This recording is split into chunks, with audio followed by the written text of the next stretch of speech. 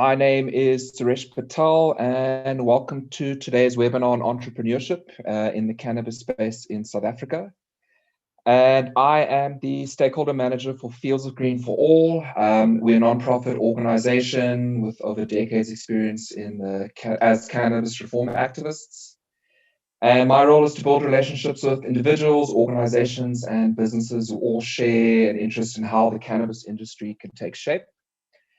And today what really brings us here is we are a proud founding member of COOP, and COOP stands for the Cannabis Organization at the University of Pretoria. And COOP is really about getting momentum going in the cannabis research space across multiple disciplines at the University of Pretoria. And really it's about creating a hub of knowledge on around cannabis. And as part of this are these webinars.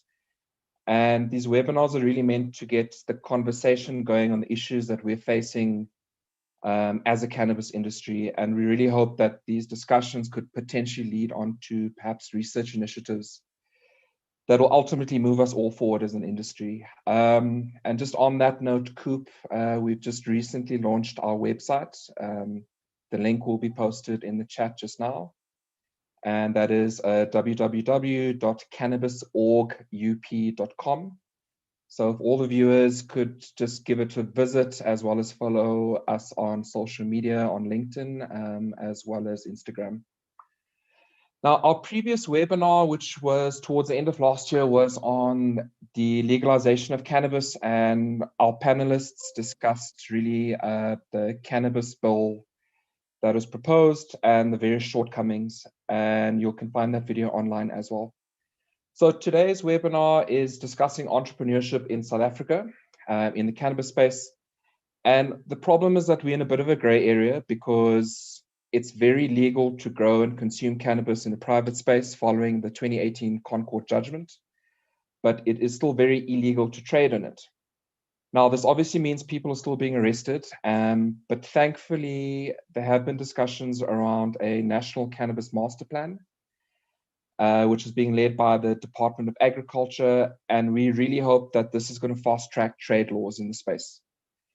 Now, it's really important to note that there have been discussions on the master plan, and just last week, there was a workshop where the government invited over 300 attendees to give input on the master plan.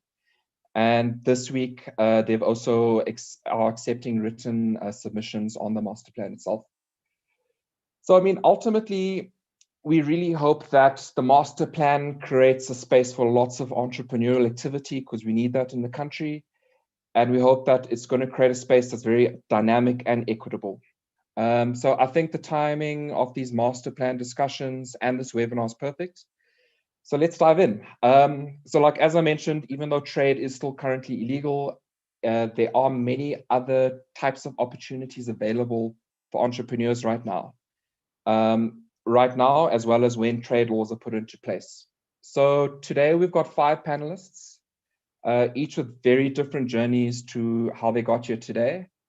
And essentially what we're going to discuss for the first 60 minutes is a brief background on each of our panelists, where they kind of their entrepreneurial journey, as well as discussing kinds of opportunities and challenges that they're seeing within their space.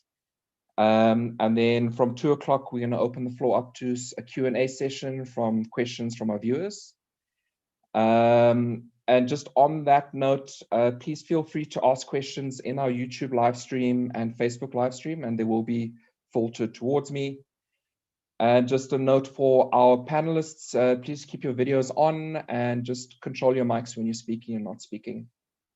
So firstly, our first panelist, his name is Sibusiso Xaba from the ACA group. I'm not going to give too much away on your background. So please, Sibs, go ahead and tell us about yourself and your journey. Thanks so much, Suresh. Really appreciate the kind introduction.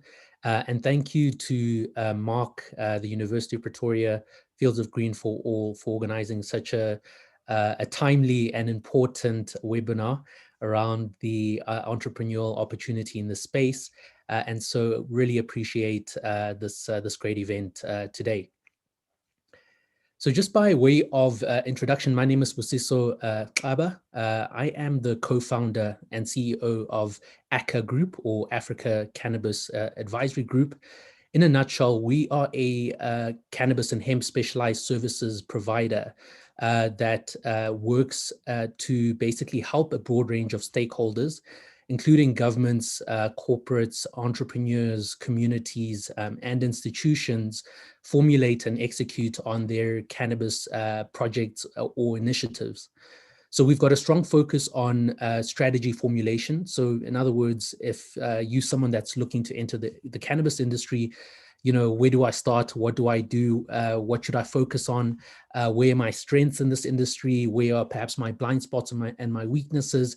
And how do I build a business that is relevant in a local context, in a, let's say, African or South African context, and also potentially an international context? So we work very hard on that initial strategy formulation piece. We also are very specialized in investments and capital raising. Now, as many of the speakers and I'm sure many of the attendees know, the biggest challenge I think right now for the African cannabis industry is accessing capital.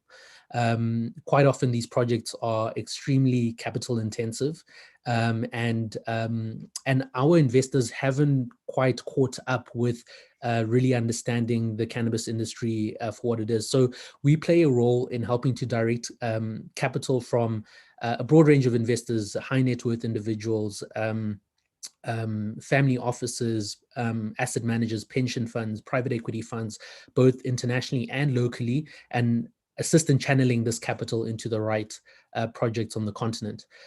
We also have quite a strong focus on global sales and distribution. Obviously, this is quite clearly going to become a very robust international industry with movement of capital, goods, and talent across the world. And so we work very hard to open up distribution channels for African operators into the likes of Europe, Israel, and Australia. We also do have a focus on sort of branding and marketing. The branding, I think, is really important in this industry, because we obviously have a lot of work to do in terms of changing the perceptions of what cannabis is and what it represents. And so being able to communicate that to the consumer or the buyer is something that is really, really important. And so we've been around since 2019, and have been very fortunate in terms of the some of the work we've been able to do, and some of the stakeholders we've been able to sort of work with to move this industry forward on the continent. Just in terms of a little bit of background before I joined the cannabis industry, I'm definitely one of those individuals where sort of 2-3 years ago, if you'd asked me, or more like 3 years ago, I think 2 years I was sort of starting to sort of shift gears. But 3 years ago, it would have been, I would have said it's an impossible scenario that I would be fully focused and dedicated to the cannabis plant. So before I started this company, I maybe just to rewind a little bit back, I studied at the University of Cape Town. I did business science over there, and I've always been a passionate and aspirational entrepreneur. So I've always wanted to be an entrepreneur, always kind of working on interesting projects and businesses on the side. But interestingly, I found my way to sort of the investment banking world when I was offered a job to move to London and work at an investment banking at a company called Goldman Sachs for about 5 years. During that period, I was quite fortunate because my work was almost 100% focused on Africa. So basically, I worked with African governments, corporates, investors, and helped them with a broad range of issues around capital markets. So everything from raising money, helping, for example, let's say the South African government raise dollars to finance their budget, to working with oil exporters to help them hedge their export sales of oil, to working with central banks, helping them sort of manage their the nation's capital effectively, and a whole host of interesting work around infrastructure projects such as hospitals, roads, grid upgrades, and the like. And fortunately also worked in the last few years on venture capital fundraising, which lends itself quite well because cannabis is also a new industry with a lot of risks, and it needs a certain mindset from the investment community to move it forward. And so how I stumbled across the cannabis opportunity was I was doing some research on agricultural opportunities in Africa, and sort of networking and meeting people in the space because I was looking for business that I could potentially start in the space. And as I was going through that journey, I just started to get all these reverse inquiries about cannabis from, people from all over the world, sort of Canadian investors and operators saying that they're very interested in Africa, and do I either know operators in Africa that they could invest in or partner with, or would it be something I'd be interested in? And now, as someone who hadn't been hadn't been a big cannabis user at all, I was one of those people that I was skeptical on day one and was always just, shut the discussion down, basically immediately. But after a couple of months, I was like, no, man, let me just at least do a deep dive into this industry to try get a feel of, what all this excitement is all about. And I think that took me, it was a couple of months that completely blew my mind in terms of how much of a gap there was between what I thought cannabis was and what the industry was, and the real opportunity and the real applications of cannabis. And it was kind of like Suresh, as you said, an aha moment when I realized that with Africa and sort of our history with the cannabis plant, the fact that cannabis is a source of income for millions of Africans in the most rural and most challenging geographies on the continent. I saw this. I kind of had this epiphany that if Africa played its cards correctly, cannabis could really move the needle in terms of helping to transform the continent. One of my sort of major passions in the world and in life is, when I kind of on my deathbed, I want to see an Africa that has grown into its potential. We all know what the potential of this continent is in terms of not only natural resources, climate, but its people. I think its people are its biggest resources. The sort of communities that Africa has built, the determination that Africans have to overcome extremely challenging circumstances. And so I saw that cannabis could actually be something that, if done correctly, could help us realize this dream or this potential on the African continent. And so that led me actually to coincidentally to a trip to Israel. So there was a global cannabis industry in Israel, and at this point I was about 70%, 80% convinced. But when I went to this conference in Israel, it had over 500 attendees. By my estimates at that time, probably around 30 or $40 billion of value or resources controlled by the people at that conference who were early movers into the cannabis industry. And, to my complete surprise and disappointment, I think on the second day or on the third day, the last day, I was like, I've only bumped into one Black African at this whole conference. A handful of other Africans were there. Who are early movers into that industry. But that's when I actually realized that there's a significant risk of Africa being left behind as this industry develops. And similar to other sort of resources or area, Africa, we run the risk of being a price taker. So the industry develops and the world says, Africa, this is where you guys fit in. And, most of the value add and most of the economic dividend or benefit of this industry is going to sit in Europe, in the US, and maybe some parts of Asia. And so after that conference, my conviction towards entering the sector and applying the skills and the the network I'd built within the investment banking world, I sort of developed what I think is a life mission now in terms of applying myself towards Africa developing and becoming a leader, not a participant, not a follower, not an observer, but a leader in the global cannabis industry. And that's when I got back to London. I resigned with with not much, but a lot of enthusiasm and hope that this would actually work out. And that led me on a four-month international research trip. I went back to Israel for about 2 months. For those who don't know, Israel is the global leader when it comes to cannabis research and applications. Israel has been using medicinal cannabis, legally in a legal framework for around 30 years now. Today Israel sits with about 70,000 patients, and that's growing, pretty significantly year on year. And the famous compounds in cannabis, THC and CBD, were identified and discovered in Israel. And so I was very fortunate to build some very great relationships with entrepreneurs, with technology specialists, with researchers, with activists in Israel around the cannabis industry. And that, I think, set a very good foundation for my understanding of how the global industry could play out. I then spent about a month in Canada. And as many of you know, Canada is the global capital markets center for cannabis. Most of the cannabis listed companies in the world are listed in Canada, and billions of dollars have been raised in Canada. So I spent a lot of time trying to understand, how does the world of capital meet the entrepreneur, meet the sort of innovation and technology and the applications of cannabis, and how could that apply to Africa and so forth. So that was sort of an incredible chapter in this research trip. And then lastly, about a month in Europe. Europe is expected to be the largest medicinal cannabis market in the world, sort of in the next, call it 10 years.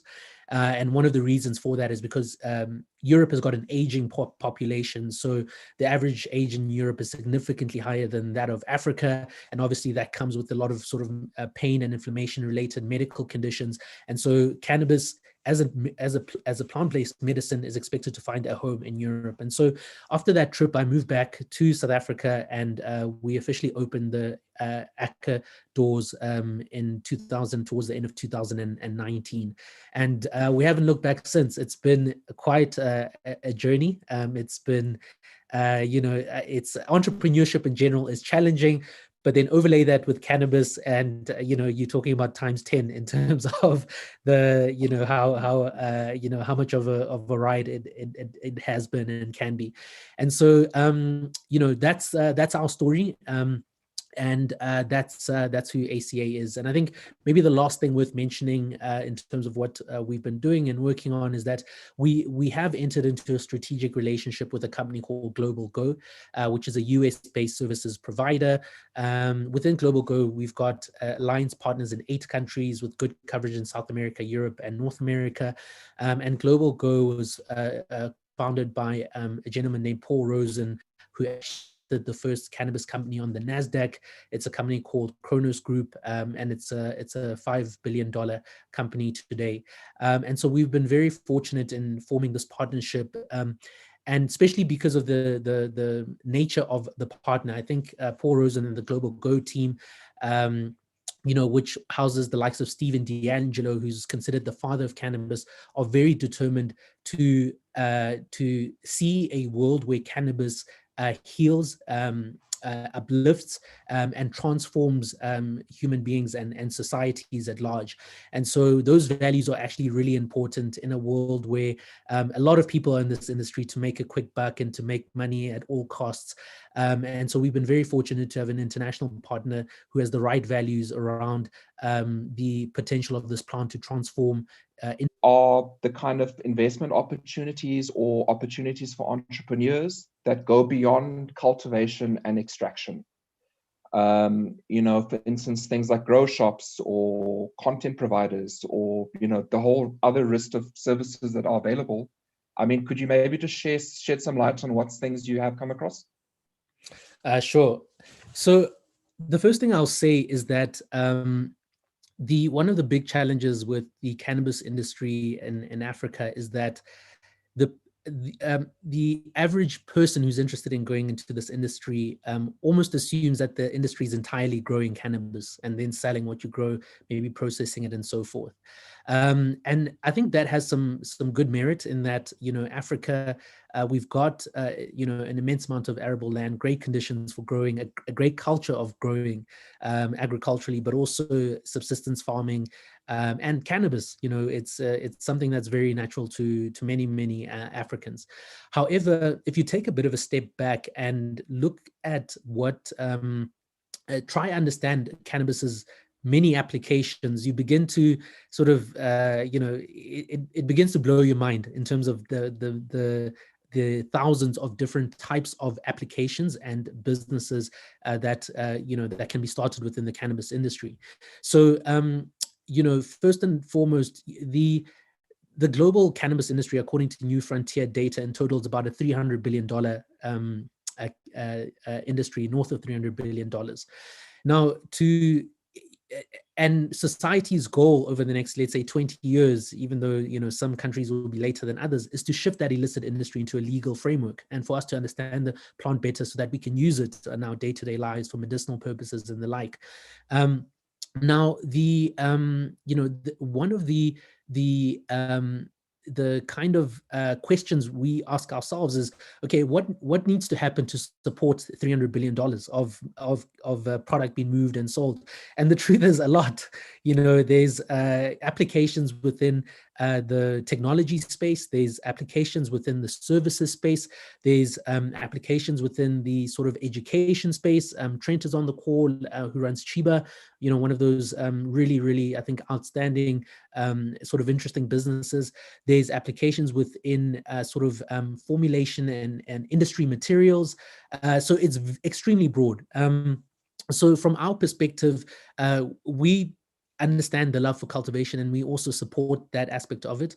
But some of the other areas, are that are compelling to us are, number one, around the hemp's applications. So the hemp. Hemp has got very low amounts of THC, but its fiber is known to have over 25,000 industrial applications.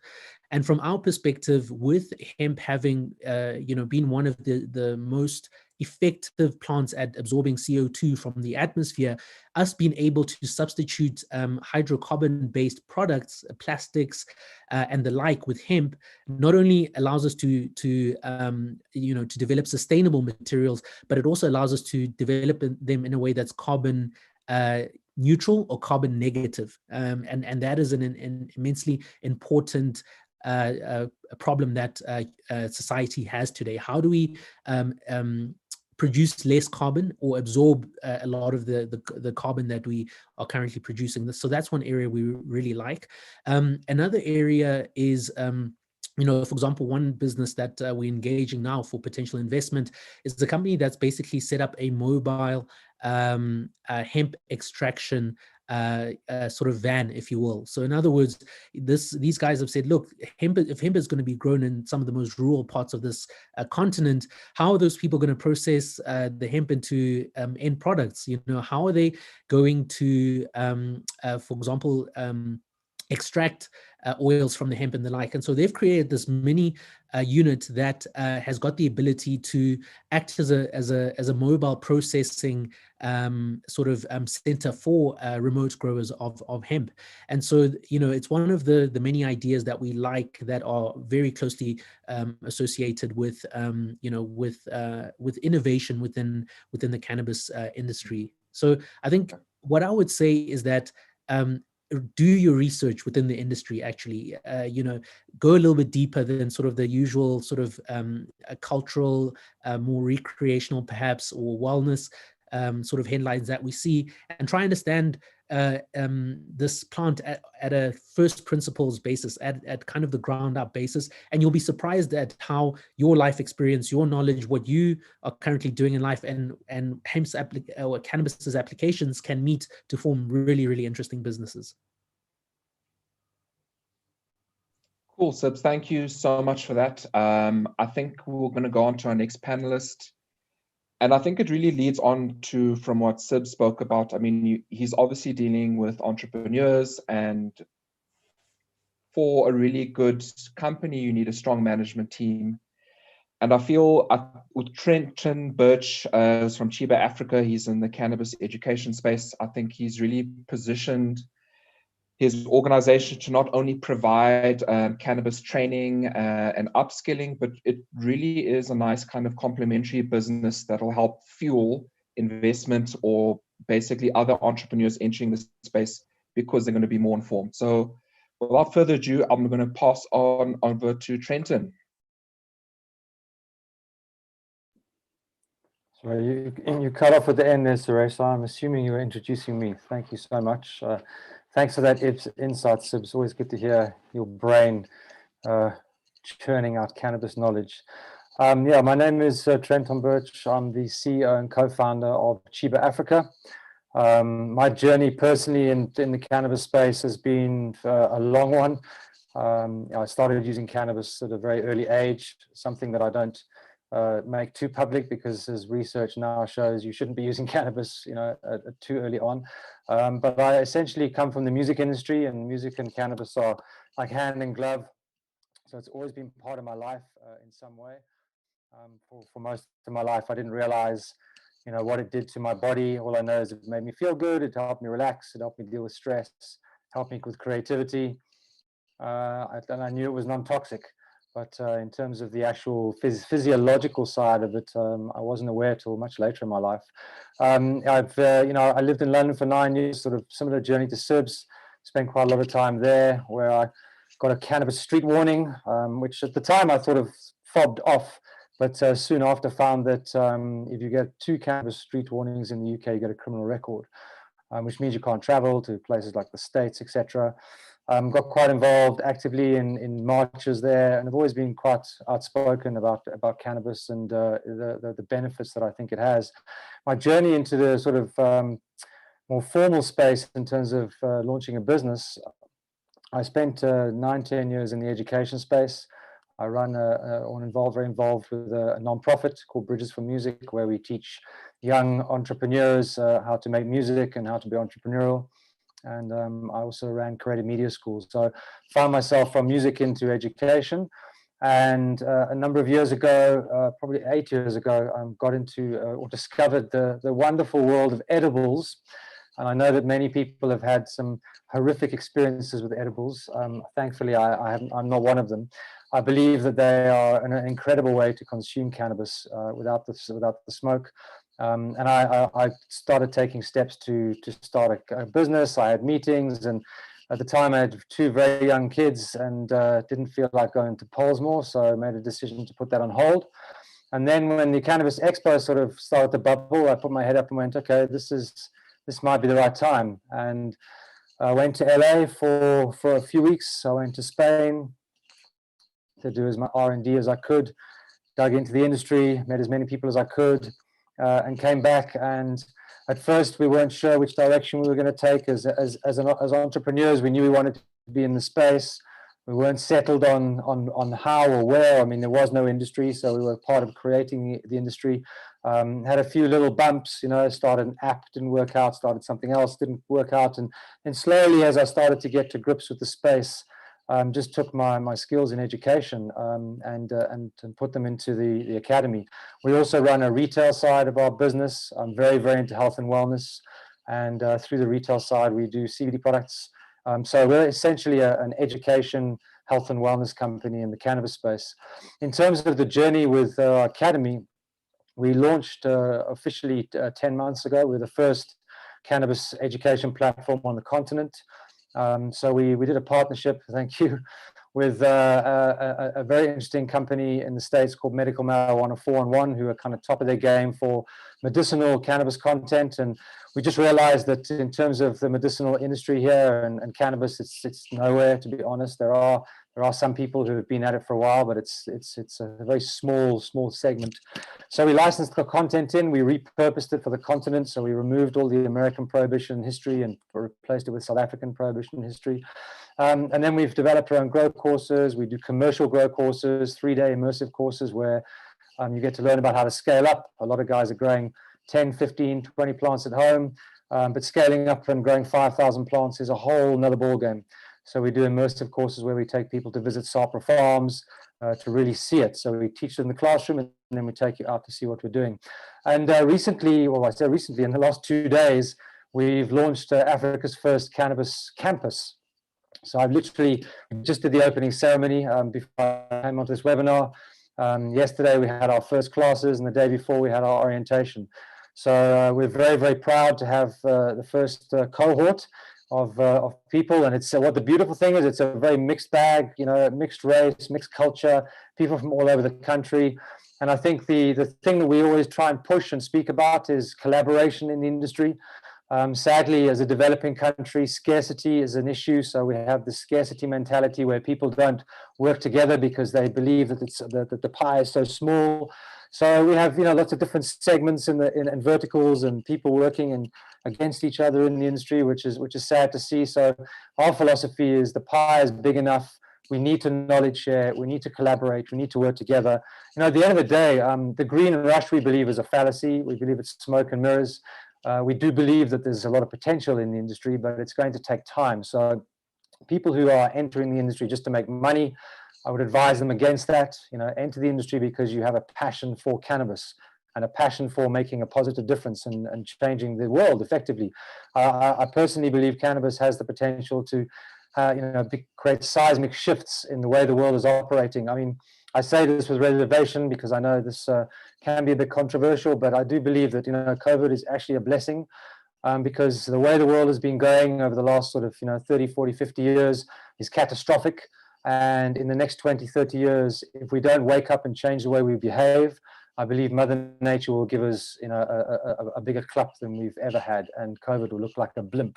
So I'm not saying that COVID is a good thing. I'm saying that it is something that we need to shift the way we behave, and that we move forward in the world. And I hope that COVID has given us those times to reflect and think about what's important.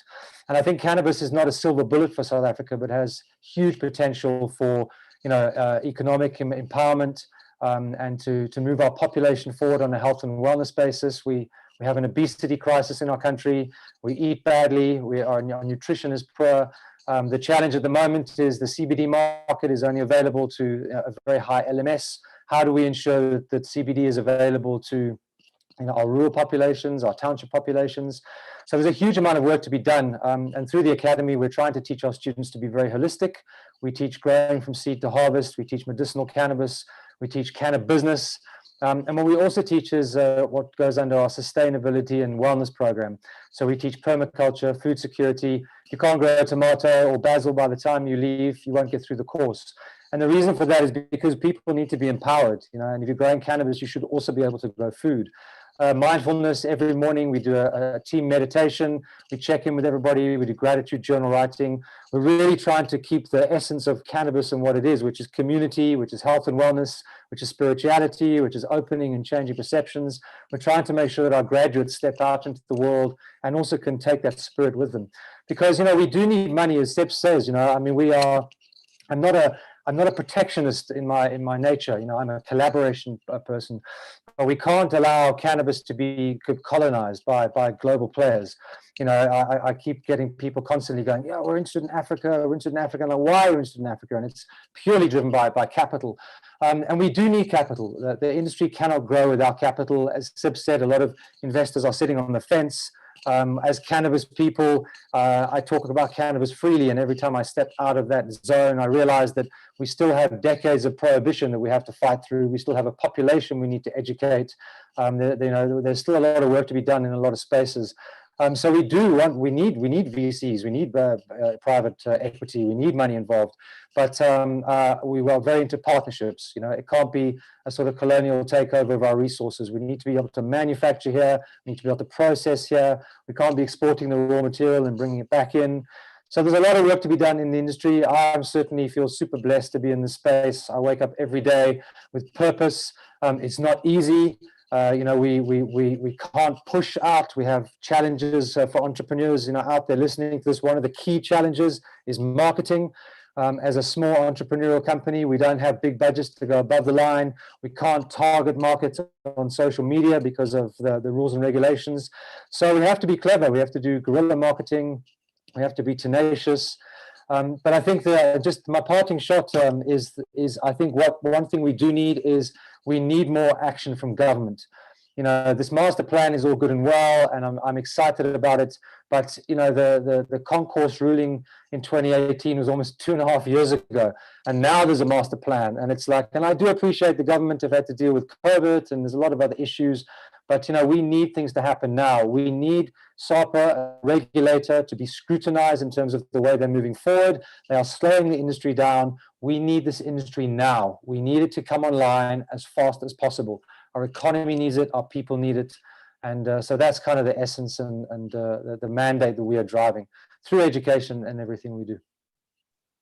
Trenton, thank you so much. I think, you know, the mission that Xaba's on, it sounds amazing. I've seen it firsthand. I've been to your campus. And I think even the company culture, like what you're saying about mindfulness and morning check-ins, I think that's sorely missing across many businesses in SA. But one of the things you pointed out was how COVID has really affected a lot of things. And I think one of them from a learning perspective is learning has shifted a lot more online. And whilst, you know, I fully appreciate a very immersive environment, coming to a school campus and being surrounded by it, I also see the benefit of being able to learn in my home. So obviously it means that you're able to really offer your content overseas and not just within Africa. And so do you see opportunities for yourself or maybe businesses who are in a similar position being able to tap into an overseas market because of COVID, because of the whole digital aspect?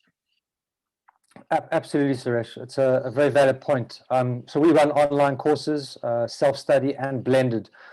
Blended, you can join a Zoom class. We've had, you know, in one of our last classes, we had a Nigerian guy living in Berlin. So we have people from Ghana across the continent, and we developed our own grow course. So as I mentioned earlier, we licensed in our medicinal content, but the rest of our content is all developed in local IP. We don't need, you know, Americans to teach us how to grow. We've been growing for 50, 60 years and longer. So we have some amazing people here with amazing skills. So yeah, there absolutely is. You know, we plan to export. There's no reason, you know, through our partnership with Medical Marijuana 411, who are active in Japan and South America and Europe, they are looking to take our course, you know, into the global sphere. If we can learn from Americans, why can't Americans and Europeans learn from us? So I think it's a very exciting opportunity. But I must say that I do think that online is also overrated at times by people trying to push it. It's not the same as a physical experience, and I appreciate that we're limited in terms of what we can do. So I think it's a supplementary experience. You know, the online revolution, sitting behind a computer with no peer-to-peer network in terms of sharing knowledge, I think has its value and has its place. But I think blended learning is key in the way forward. So, you know, Zoom classes do help with that.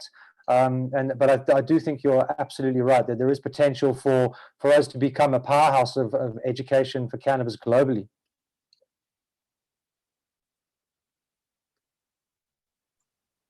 Cool, Trenton. Thank you so much for that. I'm going to lead on to our next panelist. His name is Jordan Murcia, and he is the founder of Green Smoke Room. He's in the cannabis seed and genetic space.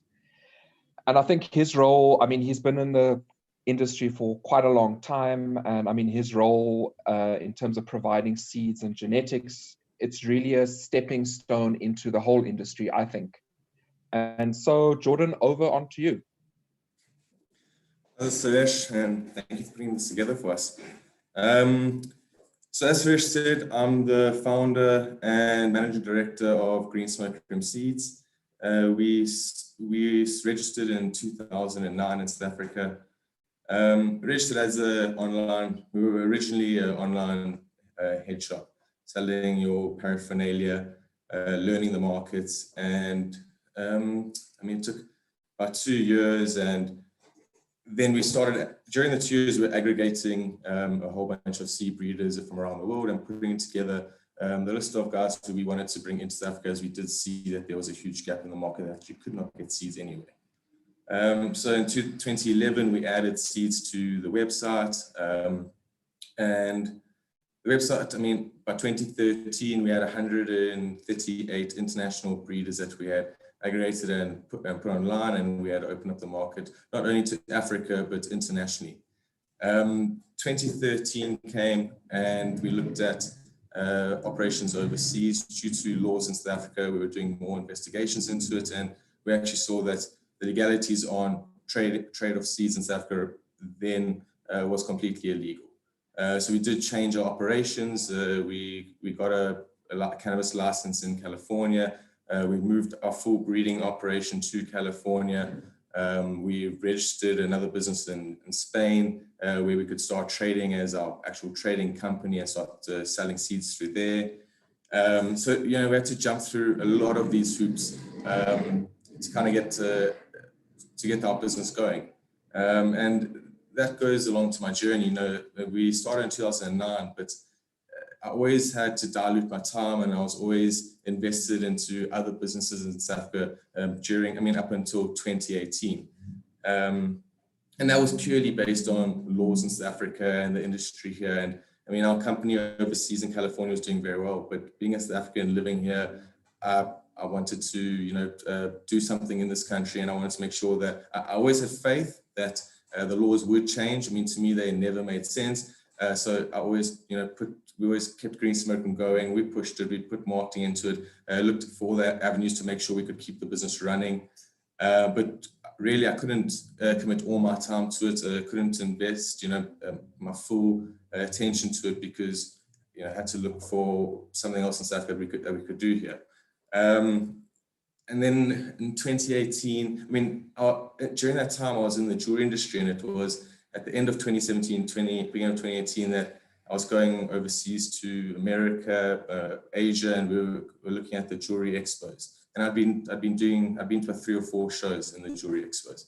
And I've just seen over the past 2 years the expos were dying down. And in end of 2017, 2018, I started investing a bit more time into the cannabis space. I went overseas, and I saw the expos. I mean, we went to Cannabis, we went to, you know, LAX, we went to the Los Angeles shows, and I mean, even the smallest cannabis shows kind of put the biggest jewelry shows to shame. We went to one where there were over 2,500 stands, and this was an industry that wasn't even built yet. You know, these were just guys who were trying to get an industry going. There's no financial backing from the banks. I mean, that's a massive problem worldwide. Federally, the banks don't get involved, so all the banks around the world are very scared to invest money, so you have to go through VCs. You know, there were a lot of these stepping stones that we learned along the way. I remember 2018 or 2017 in California, going to pay taxes and having to go deposit a bag of cash because you couldn't transfer any money from a bank account to pay tax. You know, there's all these hoops that just didn't make sense to me at all. You know, government was accepting money for it, but you couldn't transfer. Banks weren't accepting the money. Yes, it was a long road, but I did, you know, for me it was, I remember the morning I woke up in 2018 when the Prince action, you know, Jeremy Prince case, when he won his case, and we got the Privacy Act, and government had to start working on producing a proper Privacy Act, and that was a huge step, you know, step in the right direction for South Africa. I think back then we were one of 2 or 3 countries around the world that had actually adjusted their privacy laws to allow for personal use at home. And, you know, for me, it was great that we did that in the courts. It's, you know, in America, it's purely political, purely politicians sitting there fighting with each other, making the calls. And as much as they do have an industry that is growing now, and it's, you know, but it has taken them 10 years to get there. And still today, you're still having dispensaries, you're still having guys with license being raided by the federal police. And it's, you know, even in a country like that, it's still scary. And then we come to South Africa where, I mean, it is definitely a grey area. We have our court cases that have been won, but no legislation has actually been changed. You know, we've seen the master plan that's been put out. There's definitely a lot of, I think it came out very quickly, and I was very happy with that, that they have touched on a lot of points, but I do think that they're missing a lot of points in there. There's a lot of the criminal sentences for possession. If you're in a house if you have 2 people, 4 people, and you're over, your limit is, I think it was like 15 years. If you have children in that house and you're growing cannabis, there's just some stuff that really doesn't make sense. But they have, I guess that's why they have opened up to commentary, and the more people out there that make comments on the bill, I think the better it will become. Yeah, I think it's a bit of history behind me and the Green Smoke Room. Also, just to add, we have I'm a partner and owner in a green grow room. It's our hydroponic grow store. I like to call it a new age nursery. We have a whole bunch of exotic plants. We have the grow equipment, but it also touched into how difficult this industry is. I mean, it's a 100% legal business, and we're still seeing hoops. The second if you mention to the banks that it's a hydroponic store, they're already asking you, well, what are you selling? And then they want to know a list of your stock and everything. So they want to see that you're not selling any cannabis products. We were looking at doing services, simple services like trimming for guys. I mean, we had long talks with our lawyers on that, and even that, just having the guys transport their cannabis, their flower to our premises, us keeping it. It's a question: is that still personal use? You're doing a service, but you're making money off it. So it's very much a grey area, and that can even tie into the Haze Club model. Ourselves at Green Smoke Room, we went and we spoke to 2 different lawyers who both gave us opinion of the Haze Club model was 100% legal. You can go ahead with it. And I mean, we all saw they were raided. They have to go to court now. They're going to fight it in court. But I don't believe that should be happening. They shouldn't have to go to court and fight it there. There should be a process in place so that they could have, before being raided, the courts they did go to the courts. They presented it and they said, this is what we're doing. And there was nothing came back to them. And there's just no communication between the industry entrepreneurs and the business owners and that, and then government. When we try to talk to each other, I am seeing a massive block between industries and even government. If you speak to government, and you talk about DORAD and SAPRA, I mean, every time we have a conversation with them, you're always getting 2 different stories out of them, and both of them are saying no, that they're not talking to each other. And all of this is making it extremely difficult for the industry to grow. But I mean, with the pioneers that we do have in the industry, I think we have been doing very well with what we have so far. Yeah, Jordan, thanks for that. I think a common theme, maybe something Trenton had touched on, is, I definitely see that there is a lack of collaboration amongst many stakeholders, entrepreneurs to government, to different organizations. And I think that's really one of the things we need to address in the near future.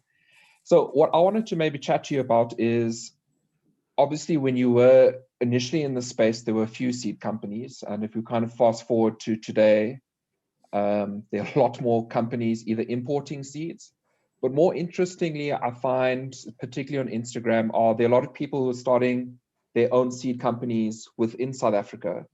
And so do you kind of see that the seeds and maybe the seed market in general can really create a lot more opportunities than what currently is on offer?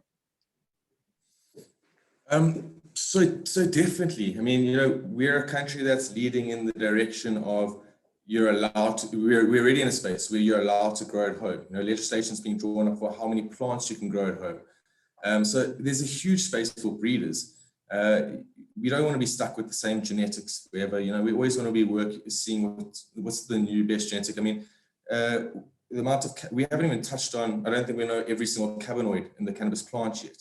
So with breeding, we are finding new cannabinoids, we're finding plants that have much higher percentages in certain cannabinoids. And the only way this industry is going to grow and grow quickly is by breeders, and not just by having breeders, but by everyone working together, creating an industry. And I think that's what's lacking in South Africa. What I find a lot with the local breeders is guys are keeping their cards very close to their chest. They're very worried to send their seeds to another breeder and say, take this and breed it out and see what we can do, because there is no structures in place of, IP to those genetics and contract. It's very hard to get a contract now between two breeders of, let's breed our genetics together. There's the classification in South Africa currently right now for cannabis genetics is cannabis sativa. That's the only registered variety with DORA. So until the full process and SOPs and stuff come out for breeding cannabis genetics, it's going to be very hard for the breeders themselves to feel comfortable to start sharing the genetics between amongst one another. But if we look at Europe and even America, and you look at your top seed banks, all of them have genetics that they specify. We got a clone from this breeder and we bred it out, and they give gratitude back to the guys that actually gave them the genetics. And generally, there is a deal in there that whatever seeds get sold, there's a profit split or something goes on between them. So everyone's happy at the end of the day. But I mean, with that said, the industry in Europe is 40-50 years now when it comes to seeds. So I do think we're definitely growing, we're getting there. I'm seeing more and more breeders on a daily basis popping up. And honestly, I have seen some extreme results, extreme breeders with unbelievable results coming out of South Africa. Also, I would like guys the breeders out there to start finding, there are a few companies who have GemmaCert machines. So if you can find these guys and send your flower for testing, if you actually look on the GemmaCert has a database worldwide of the THC percentages. And I mean, right now, South Africa is not ranking in the top 5 countries with regards to highest percentage of THC or highest CBD.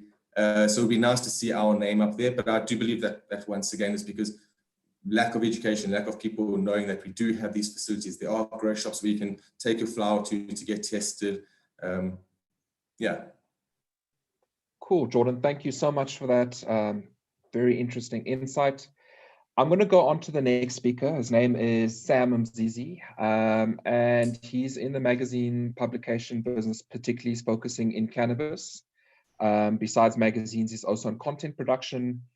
And yeah, Sam, take it away. I would really love to hear more about yourself, your business, and your journey to date. Nice. Thanks a lot. Thank you for this amazing platform as well that you facilitated to relay the information. I believe it's platforms like this that will actually change the perceptions of the masses there on cannabis, because our primary education on cannabis was totally off the wire. That being said, my name is Sam. I'm with the 7-Leaf. I'm a weed eater there. So my journey into cannabis starts over the love of storytelling, basically.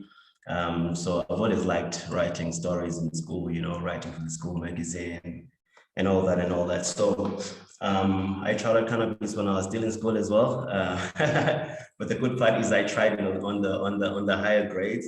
So every time I found my friends smoking street cannabis, I'll always be like, oh, almost there, but not yet, I was always looking for that high one. So, and then, yeah, obviously, as the years move along, let's just go back to 2017, and you're reading on cannabis and you're trying to find out what it's all about.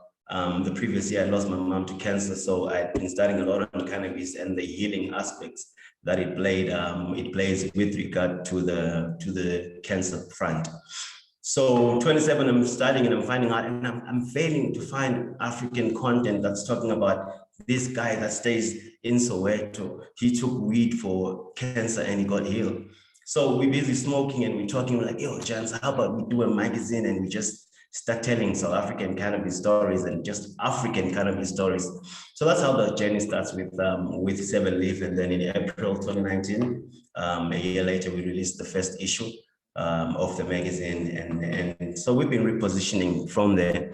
So our thrust is really telling the exciting cannabis stories in the community. I'm looking at Trenton. I've been to his the Craft Cannabis Summit before Xaba came along, and you're seeing the transformation. You're looking at Jordan and Green Smoke Room with I know at the 420 in 2019, and you're talking all the complications around the business. That. So it's that to see the entrepreneurs coming up and talking, it shows the growth that's really happening in the industry. I mean, you've got Sibs here saying that before 2017, he was anti-cannabis. So what changed him is his research and development, which is what really is the challenge in the space that we're in, the absence of information that is factual and actual on cannabis, because everything that we've consumed has been audited or doctored to push forward the mandate of the incarceration of the plant in general. So we find ourselves at a time where we're living in South Africa and in Africa in general, and in most areas that are legalizing cannabis right now, we find ourselves at a time where we're legally illegal, like you would say gray. You know, some of the things that you can do, I've got a plant here behind me, I mean, in the house, that's legal, right? But I can't, my son cannot see me through the window smoking a joint. That's illegal. And I'm still in the same house with the same rules, you understand?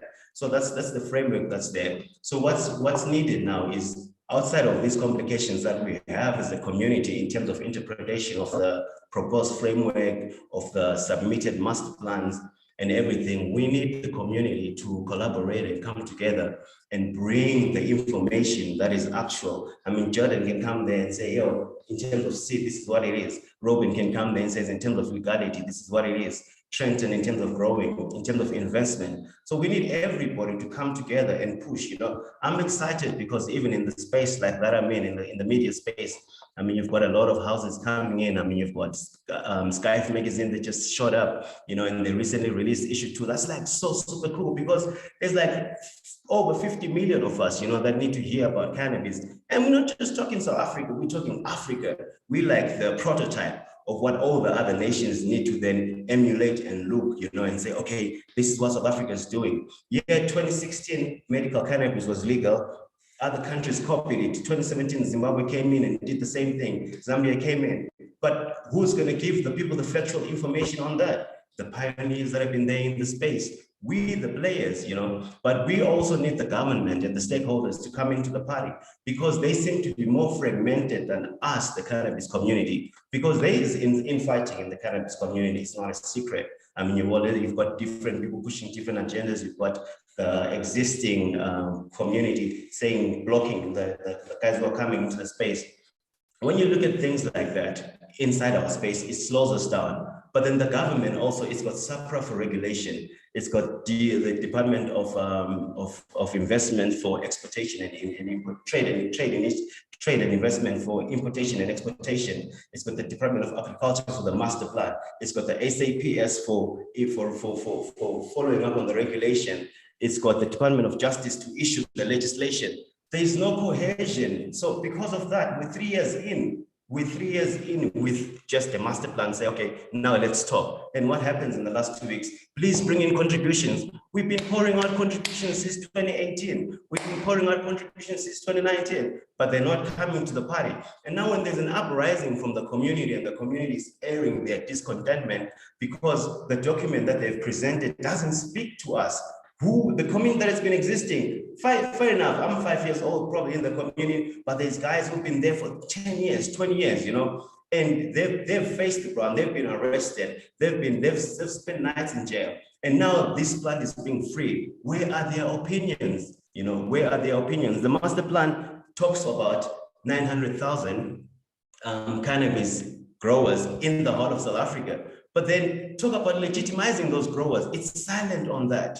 So how do we come up with a framework, you know, that's inclusive? So that's really the challenge, I say, that there's no cohesion from the community. There's no, we have better cohesion than the government in essence. I mean, here we are, I mean, we're talking on that to say, hey, Mr. Government, please listen and see what you can implement from our discussions. So that's what we really need out there. We need to belt and bombard the platforms with communication on cannabis, with communication on its benefits, with communication on its uses, with communication on the differences. Because every time I show up at Pick and Pay with my cannabis shirt, they'll be like, yo, man, can I have some cannabis to smoke? I'm like, yo, man, you know, you can make this shirt out of cannabis. So it's that, you know, it's the perception to change the culture that we've been framed around since criminalization that says cannabis is just smoking, cannabis is just being irresponsible, cannabis is just being out of control. Yeah, that's about it.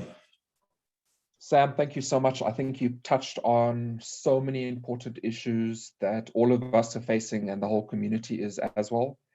I've got a very important question earmarked for you, but what I'm going to do for time's sake, I'm going to push that into the Q&A session. And I'm just going to jump on to the next panelist, who is Robyn Cameron. Robyn's an integral part of the Fields of Green for All team. We've been working together for a few years now, and she also provides essential digital-based services to many other cannabis startups and brands. And I think quite a lot of things that were touched on by other panelists, she has experience in, particularly from the digital space. And over to you, Robyn. Let's chat about this more. Hi, Suresh, and thanks so much to you and to Mark and everyone involved. Yeah, I actually was a little prepared for this, so I have some notes. Little bit of background. I first joined Fields of Green in 2015, which didn't sound that long ago until I said it now, and now I'm thinking that's actually quite a while ago. And obviously the space was very different to what it is now. I actually knew Myrtle and Jules from as friends, and sort of always kind of kept tabs on what was going on in the industry, and through their work as a Ducker couple in Fields of Green, and also a lot of the challenges in terms of, especially back then, finding people within the industry that were actually like professional stoners, because you do want to work with people in the industry that are actually users of the plant. And, but also what comes with that is that, there are stereotypes for certain reasons. So it's kind of weeding out, the right players and the people that are dedicated, like, our team of panelists here. So the way that I sort of got involved was actually that I was already starting to freelance in the digital space, building websites, e-commerce, online marketing, things like that. Funnily enough, it seems to also be a bit of a thread in terms of music and education, and then moving into cannabis. I was also involved in education previously, running a national education company. We had 300-400 tutors over the country. We had a footprint in all the sort of major cities. And I, after building up the online side of that business, realized that I did find the web side of things a lot more interesting, and I was more geared into that, and that industry was emerging. So sort of started for even, you could do Facebook advertising or anything like that. And, seeing international trends when Google and SEO, those buzzwords first came about.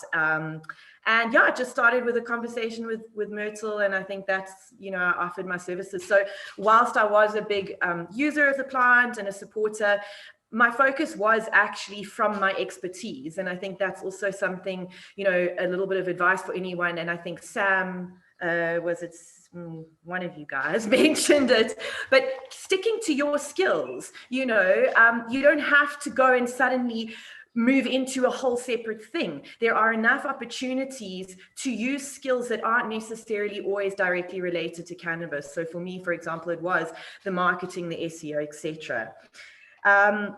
The pre-Concord sort of side of things with the Fields of Green website, it was very much more still in a space of education. Obviously, Fields of Green's objectives have grown and sort of shifted slightly, once the Concord ruling was made, whereas before it was a lot more educating, a lot more talking about the stop the cops, the join the queue, the arrests. Obviously, we're still going on about that because it's still happening. And we're in this kind of space now where we're still educating people about it happening, as well as, the new stuff and the new opportunities. And back then, same as now, you can't market something unless you actually know what your offering is. So your objectives have to be clear. Our objectives always were and have been very clear, and the challenge has always been to get those across. And as the industry has grown, to keep those objectives, keep the information coming, not letting it get diluted within the big green rush of everything. So that's sort of pre-Concord, how I joined Fields of Green, and concurrently I was also doing other freelance clients, and it was really nice to keep that balance of corporate sort of experience, different industries, and to always come back and relate that back to Fields of Green, the cannabis industry, and how those strategies and things can be used and molded specifically to the cannabis industry. Obviously, there's some that can't, like we've spoken about with the Facebook advertising and that, which I'll touch on a little bit more now. Then obviously the Concord ruling happened, and it became a lot more about the awareness of now what our rights are, the change of space, making sure that people do still realize that you can be arrested. It is illegal to trade despite you being able to grow legally at home in a private space. And from a marketing point of view, it became more of a challenge to, whereas before it was educating people and just really having that voice, it became more about emerging the brand as an authority and, you know, as a leader in the industry, and to, again, not dilute the message and the objectives that we're focusing on with the hype around making money and, you know, all the fly-by-nights and everyone else sort of jumping on board. Because as we know, there's lots of gray areas, there's lots of talk, there's, you know, in the digital realm especially, it's really difficult to distinguish fact between, from fact from fiction. So I think any cannabis company also needs to take that and make sure that, you know, your message is clear, you know what message you're putting across, and you don't have to just jump on board every other trend. Look at what you uniquely contribute and focus on that. I think also, you know, we ran our CCHSA campaign last year, which was a really nice targeted push. And what we found was, because of the space of it becoming destigmatized, people were actually more likely to respond. They were more likely to sign our petition in the public eye, put their names around things. You know, I find myself in the position with, for example, lockdown, where I went from, I have two sisters, and I went from being the naughty child, you know, smoking weed, it was illegal, and I was doing this stuff and working with this weedy, and it suddenly turned on its head. And I said to my sisters, I said, well, here I am in this emerging industry that's actually starting to boom while everyone else is being affected. All the traditional industries are being shut down. And I said, you know, they're busy buying their cigarettes and booze illegally. And suddenly now I was, you know, no longer had to be the one of being embarrassed or hiding, you know, my support for the industry. So I did find that that challenge turned around. People in general are a lot more willing to kind of come out and, you know, state their proudly greenness. I actually wore the shirt specifically today so I could mention, you know, part of our CCHSA campaign. We can't advertise, you can't do paid advertising for any cannabis related keywords. So we had to be clever in terms of how do we spread the word. And one of those things was doing a little video challenge of, you know, if you look at the shirt and we've got all these words for cannabis, you know, specifically African words, and we did a little video challenge on how many of those you could say or remember in a minute. And more people were willing to do that. Whereas prior to the judgment, you know, you couldn't have that. People weren't willing to stand up and say, yes, I'm proudly green. So the market has changed there, and, you know, there's a lot more opportunities now because of that within these sort of support industries. So demographics and things like that have changed, whereas before it was very much preaching to the choir. Now we are actually moving into all these other industries, all these different demographics, from, you know, young to old, like you were touching on in Europe. You know, the population, the people that are using it medically are a very different demographic, and their education and belief around cannabis is very different. So marketing to them is a lot more difficult than marketing to your sort of younger kids that have grown up and actually maybe come of legal age into the current gray area. Something else someone said was, you know, cannabis industry, it's not a silver bullet. And I think in terms of the opportunities as well, you know, when it comes to the online realm, just building yourself a website or getting into e-commerce, it's not a fix-all. It's not a, oh, suddenly I'm going to do it. It's like any other industry where you have to really, really still put effort in. You've got to believe in what you're doing. You're not going to make money if you just, you know, jump into it.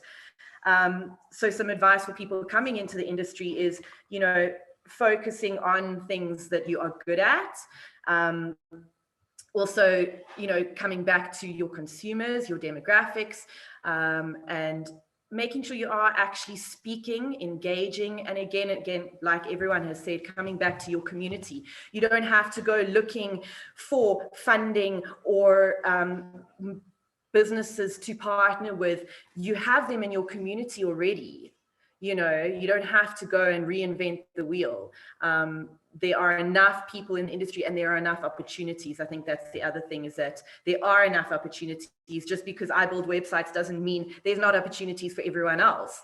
You know, I'm a big believer also for myself of, I've carved a niche in terms of, I don't want to just build a bunch of websites. I, you know, carved a niche in terms of offering specific services to specific clients that I know I can manage. And, you know, I'm not ashamed or scared to kind of go, hey, I can't take that on, here's another company. So I think it's good for everyone to collaborate. We can't all do everything, and we are growing this industry together. Competition is healthy, and, you know, we can use our unique skills to do that. I think the other things I just wanted to touch on was the opportunities. Specifically, I did release a blog on the Fields of Green site, which talks a little bit more, and I've got a little list of examples of industries that you can look at. For example, I mentioned the, you know, the grow shops, the education, other things, you know, people don't think about. Electricians.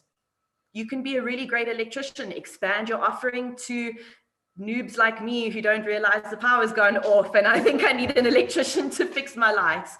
You don't have to suddenly change everything and be all cannabis, but you can still benefit from the industry and offer your skills. And in terms of the master plan, I think the biggest thing I'd like to see come out of it is to legalize trade for all. For the guy at the taxi rank already selling his matchbox, let him legally set up a little stand and a gazebo. You know, you really don't. We really need that. We can't have it monopolized, and that is how we are going to open the space for the entrepreneurs and all these other support industries to help within the communities.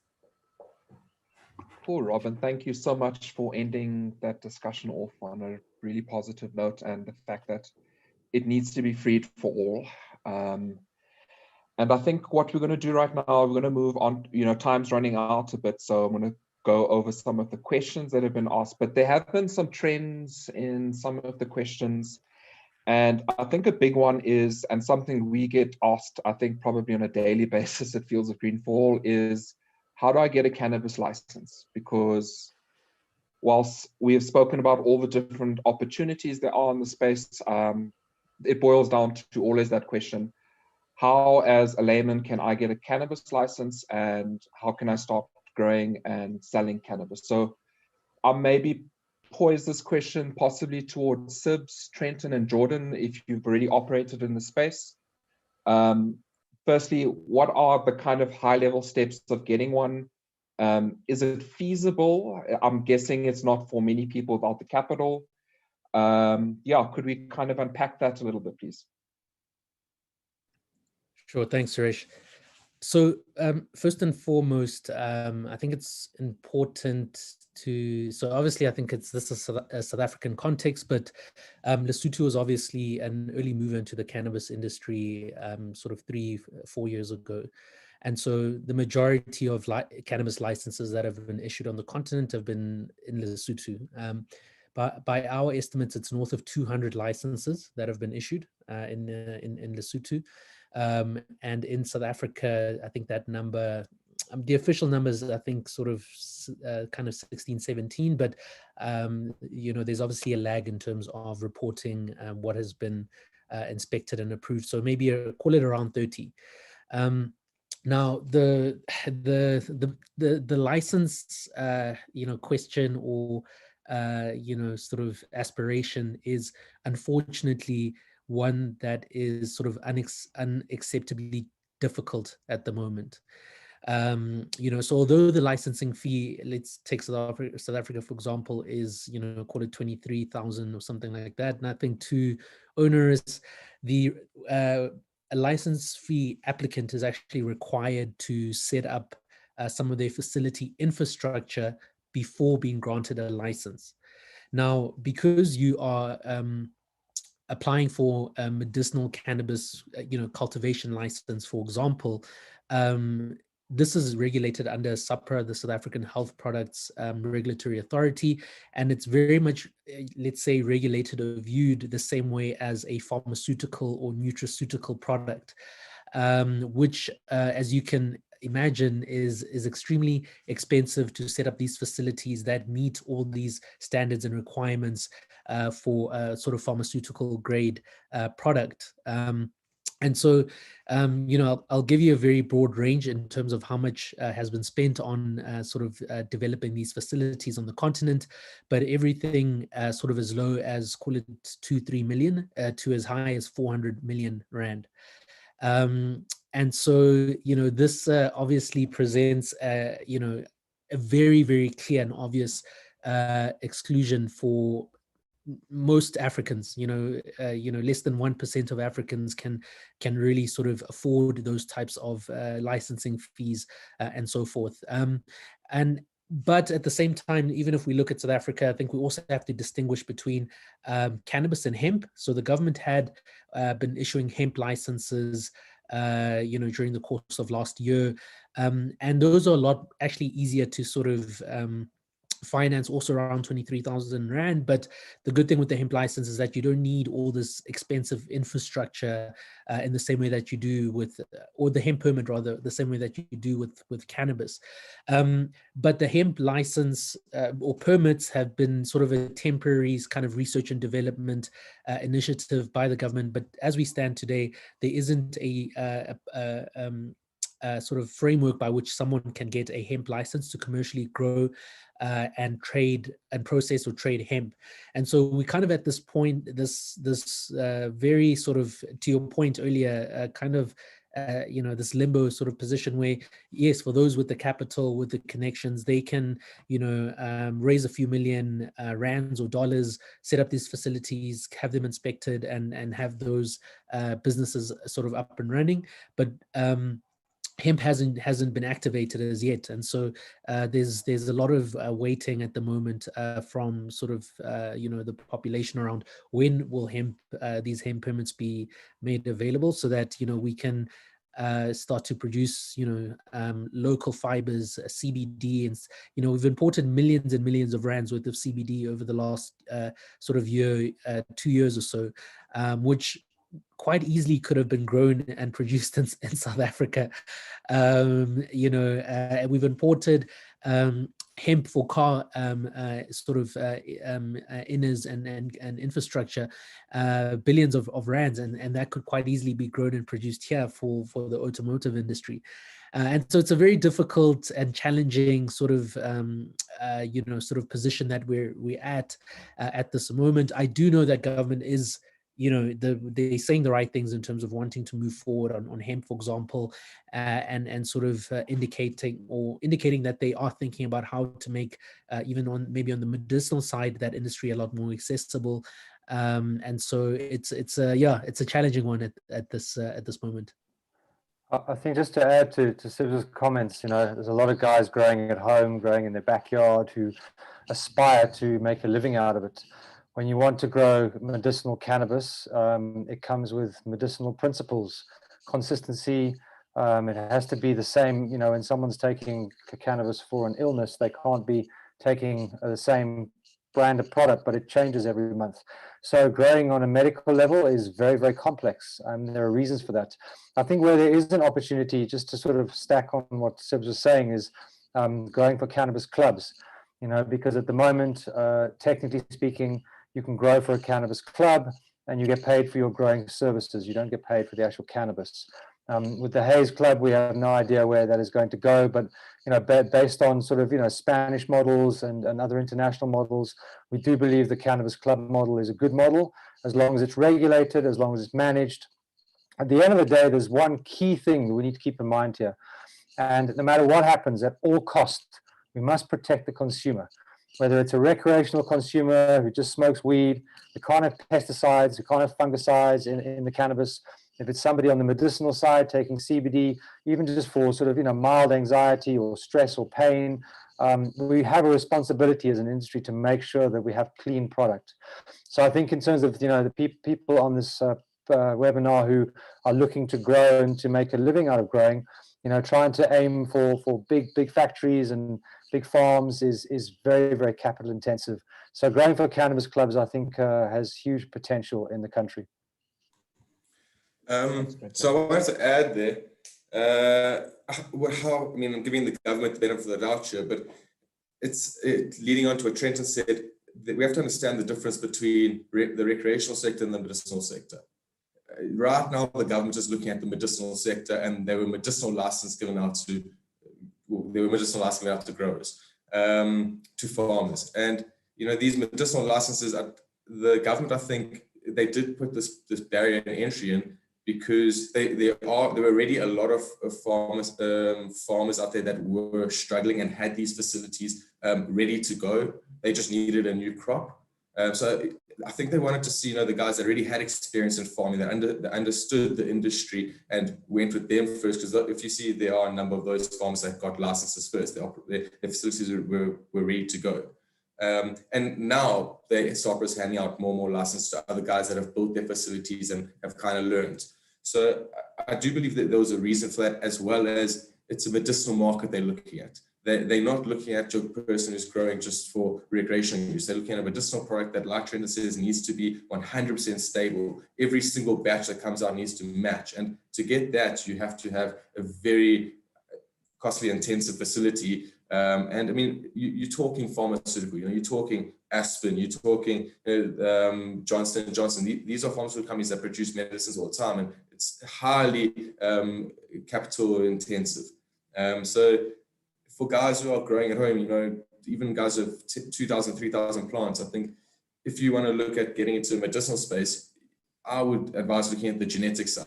It's a lot easier to produce your genetics, register your genetic, get that into the medicinal space, and from there you can kind of grow. So there are always avenues to get in there, but to jump in and go get a license and compete with the guys who've been already growing and in the pharmaceutical space for the last 100 of years, the government, of course, is going to go and back there. They know what they're doing, and they want to feel the industry first from guys who know do it. And then, of course, you'll get competitors who come in and will be able to get on board. But we just need to look at also that rec and medicinal. There is a completely different avenue to a guy who's growing on a farm for the recreational use. I mean, that model is being tested, and it will be a lot less lenient. Sorry, a lot more lenient. Jordan, Trenton, Sibs, thank you so much for that answer. So I had a question for Sam that's also popped up from the chat as well. And I think something that hasn't really been touched on is, I think for someone to realize that they want to be an entrepreneur in the cannabis space, you need to be exposed to some sort of content, whether it's written, video, audio, or just meeting someone.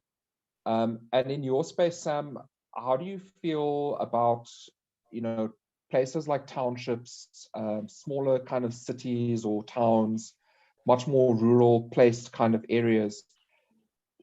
Do you see there a lack of there's a disconnect between what we're all talking about in this webinar and the information that we all have access to, and ultimately the person on the ground or someone in township doesn't have that access to, and they're pretty much in the dark at the moment. So a question for you is, how do you think we can address that? Because I think by and large, a webinar is basically missing a large portion of the population in its construct. So do you have any input on that? Yeah. I think in 2001, when Thabo Mbeki was still president, he stated that information and information technology were key factors in terms of breaking the barriers of inequality, as well as lagging behind, not really catching up. So I think over the last few years within the South African community, we know, first of all, we've got high data prices, but they're favorable. But the Black Mirror, the phones have really penetrated the local communities. So in terms of content consumption, cannabis content consumption, I mean, the guys are getting it on social media, online. I mean, they've got digital print. For instance, our magazine is now literally being distributed on all our content online almost for free. So they get that stuff on their phones, and you've got audios, you've got radios. I mean, you've got a guy singing Azisha, you know, something Soweto singing about cannabis. That's content that's changing the perceptions. You've got the movie Matwetwe. So what's the township community is still on the terrestrial front in terms of radio and TV, you know. They are migrating a lot more to the digital space with the mobile phones. I was reading recently and I discovered that the first interaction nowadays for most people with the internet is from a mobile device, and this is in particular in South Africa. So I think that's really the big plan in terms of pushing our cannabis content in the direction of that space, because the people are there, as well as the lockdown, COVID. I mean, we had our kids now for the first time doing school on Zoom, just like us. So already that whole thrust, being the fact that we are in a fourth industrial revolution, the township is behind, but it's not left behind. You know, we're there, we're catching up. We've got mobile phones, we're sharing the stories on WhatsApp and all that. So that's how we're consuming the content in the community. And yeah, I'm sure there's a few people who've watched Zoom as well as the Facebook part. The fact that the video is actually free or available on Facebook, that was a good platform, because a lot of township dwellers are big on Facebook.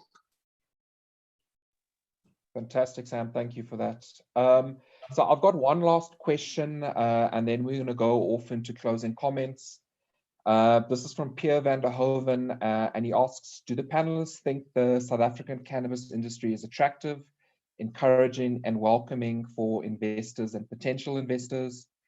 And maybe just on that, I know Pierre van der Hoven is involved with a fund called Silver, if I'm not mistaken, Silverleaf Investments. So yeah, if anyone in the panel would like to answer that. If I could answer that, just because I need to step out to do a lecture in 4 minutes, Suresh, as you know. So absolutely, I think what Pierre is doing with Silverleaf is vital, because essentially you have, you know, Pierre is an industry guy. So you have an industry on the one side and you have venture capitalist money on the other side. They don't talk the same language. So I think that the fund that the guys have set up is a really important part of the matrix, because ultimately there are people who, you know, are sitting there with lots of cash wanting to invest, but they see the industry from the outside. They see, you know, they're still dealing with negative perceptions that have been happened for years. We're still trying to mobilize and organize as an industry. So I think there's definitely opportunity for investors, but I think bridging kind of situations like this particular fund, I think are very important to build investor confidence. And also to make sure that when people are running cannabis organizations, that they run and operate on business principles. At the end of the day, this is still a business. You know, it's very similar to the music industry. It might be creative and full of all kinds of weird and wonderful characters, but, you know, there are P&Ls and profit margins and lines that need to be adhered to. So I think there's this huge opportunity for investment in this space, but I do think that sort of middle organizations or like this fund, I think, play a vital role, and I hope to see more of them coming along to support our industry. And on that note, I have to gracefully bow out and go and teach our students. So I just wanted to say thank you for everybody for your time. It was an amazing webinar, and I hope the rest goes okay. And sorry that I have to leave. Thank you. Sibs, I see that you also wanted to answer that question. We've actually got very little time left, so could I maybe keep that to maybe 20 or 30 seconds? And then we're going to go off onto closing remarks. Sure. What I was going to say is, and I'm privileged to be part of the Silverleaf's team, sort of working as part of the investment committee. You know, this is, there's a lot of challenges in this industry, a lot of uncertainty, regulations are unclear, you know, and that makes it pretty tricky for a conventional investor. But it's also a time where, you know, Silverleaf, which is a pioneer in the, you know, early stage investment space in Africa, has got a an incredible opportunity in terms of entering the industry early and supporting these companies and these entrepreneurs as their businesses, kind of begin to have to, work in much more friendlier environments, much more conducive environments. So it is tricky, it is tough. It does take a lot of skill to get kind of right in terms of structuring deals and the like. But, on the other side of this, I think it's an incredible opportunity for investors to kind of build the foundation of this industry and to build the leading brands, technologies, companies in this industry. And so from that perspective, the reward is worth the risk and the challenges. Fantastic. Thanks, Sibs. So I think Robyn gave us her last kind of commentary on what you'd like to see in laws or the master plan. Could we just maybe jump to the other panelists, a quick 1 or 2 liner on what you'd either like to see in the master plan specifically for your sector or in upcoming laws? I'll jump in, yeah. So I'd like to see something about the trade in cannabis. In the master plan, I feel that they spoke about a flow of how the trade can look, but they did not get into anything of how trade will work, of what industry, what certificates you need, of what registrations you need, of nothing like that. And I think we need to dive a lot more into the trade of cannabis, looking at the tax part of it, registering of new categories for importing and exporting. There's a lot that needs to be done that I think they have just not looked at all in that master plan. Thanks, Jordan. Anyone next? Sibs, perhaps? Yeah. Sorry, I'm here. I think the master plan, speaking to the master plan, and just to add on what Jordan said, I think the master plan needs to be tried, first of all, to be implemented and demonstrated for it to be regarded as a master plan. Right now, it's not even a master plan, like in all truth. But what we want to see in the industry really is a culture change, where platforms and things like this, the webinars and all that, they continue the information drive so that there is a culture change amongst the people. Thanks, Sam. Can I just add something there? Sorry, with regards to the master plan, and we had the government set up the online webinar that we all, I'm sure most of us went on there, and I think there were 150 people. I mean, that's nothing. The government's setting up a webinar to explain the master plan and get comments back. We need a lot more than 350 people in there. The last time I checked with my lawyers, there were only 2,000 plus comments on the master plan that had been emailed and submitted to them. And in a country with 15 million people, to get 2,000 comments, that's why the government aren't pushing and looking. If they get 100,000 people behind it sending in comments, I think they'll take it a little bit more seriously. Thanks, Jordan. And lastly, Sibs, last remark before I close off. Sure. So I think with sort of the master plan or next steps as a country, for me, I think that expediting a hemp industry or creating the legal framework for which hemp can actually begin to develop and grow as a legal industry is low-hanging fruit and something that is relatively easy to straightforward to set up relative to obviously the controversy around marijuana and so forth. And so it's almost as if hemp has been handcuffed to marijuana, and hemp is like, I should be able to move freely. I should be able to sort of be able to open the commercial gate for the industry and for many sort of individual participants to enter the industry.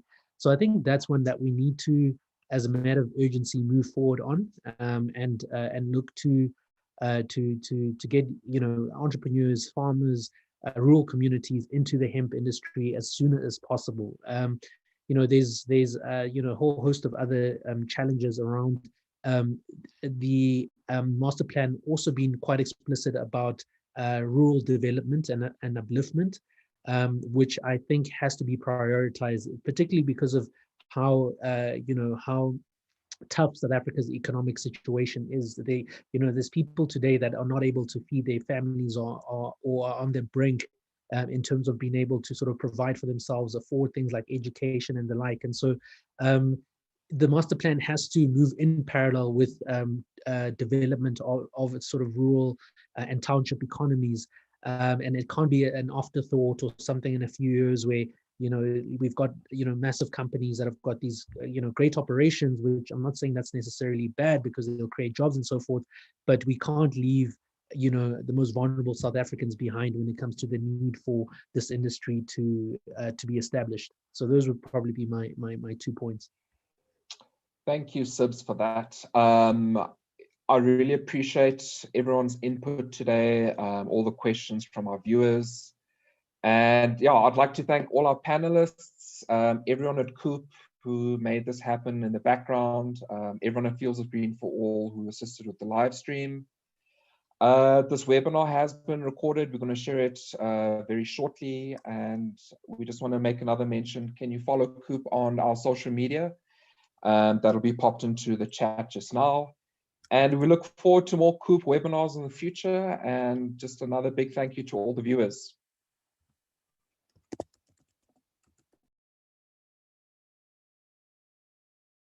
Thank you so much. It's really appreciated. Thank you. A very good panel. Thanks. Guys. Bye-bye. Cheers. Bye. Thanks, everyone.